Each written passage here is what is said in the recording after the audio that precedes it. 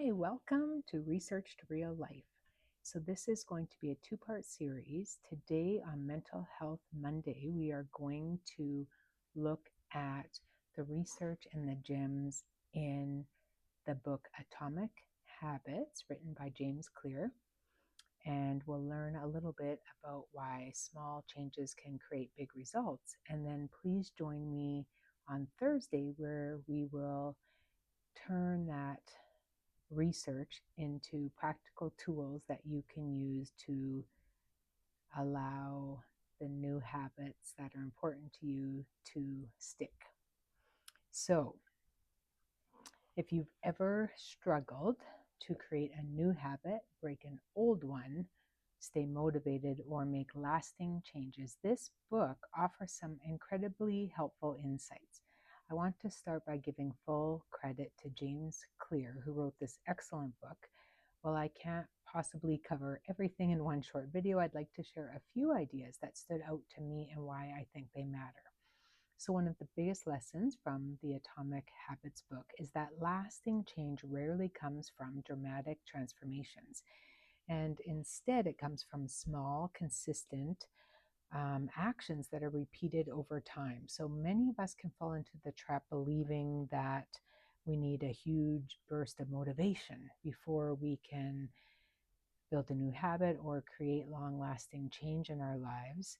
So sometimes we decide we're going to exercise every day or completely overhaul our diet and add more vegetables or be more organized or meditate for 30 minutes every morning.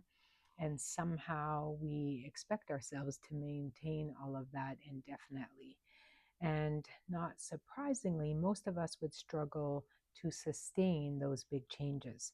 And James Clear suggests that tiny improvements repeated consistently often produce far greater results than large changes that may only last a short time. So, a good analogy, I think, is if you think about learning a musical instrument, okay? So you wouldn't expect to be proficient after 3 hours of just picking up the instrument and playing it once, but 10 minutes a day over days, weeks, months, and years can produce remarkable growth in your ability to play that instrument. So the same principle would apply to our habits. So another idea I really appreciated is the concept that every action is a vote for the type of person you want to become. So many people focus on the goals, like I want to lose weight, I want to get more organized, I want to exercise more. And goals are important. And having said that, though, James Clear encourages us to think about our identity, right? So instead of asking, what do I want to achieve? He suggests asking, who do I want to become? And that often has more meaning attached to it. So instead of saying, I want to run a marathon, you might say, I want to become someone who values movement and takes care of their health. And instead of I want to read more books, you might say, I want to become a reader. So, this subtle shift in our narrative and in our perspective and the messaging that we say to ourselves matters, because habits become easier to maintain when they align with our values, our meaning, and how we see ourselves. So, a third idea I liked was that our environment often shapes our behavior more than motivation does. So, many of us blame ourselves when we struggle with habits, and we assume that we lack discipline. But James Clear reminds us that our surroundings matter. So, imagine wanting to eat healthier. If nutritious snacks are visible and easy to access, then it becomes easier to be eating healthier. If highly tempting foods are constantly within reach, then healthy choices become difficult and require a lot more effort. So if someone wants to read more, just placing a book beside their favorite chair is a little cue. It may be an effective way to start that behavior than simply telling yourself to try harder or read more. Now, sometimes success is less about willpower and more about designing an environment that supports the behavior that we want more of. So I think there are some really encouraging messages in this book. Small actions matter.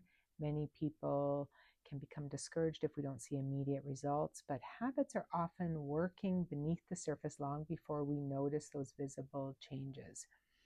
So the small choices you make today may not seem that significant on their own, but over time, they really compound into meaningful change. If you've ever felt overwhelmed by the idea of changing your life, this book actually offers a really refreshing reminder that you don't have to change everything at once. You can start small, start where you are, and those small steps and small changes count. So if today's discussion resonates with you, I highly recommend you checking out that book, Atomic Habits, author James Clear.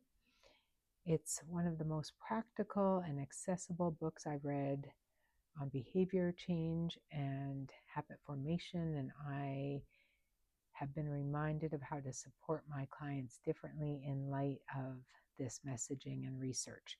So on Thrive Thursday, I'm going to share a few simple strategies inspired by the book that you can use right away.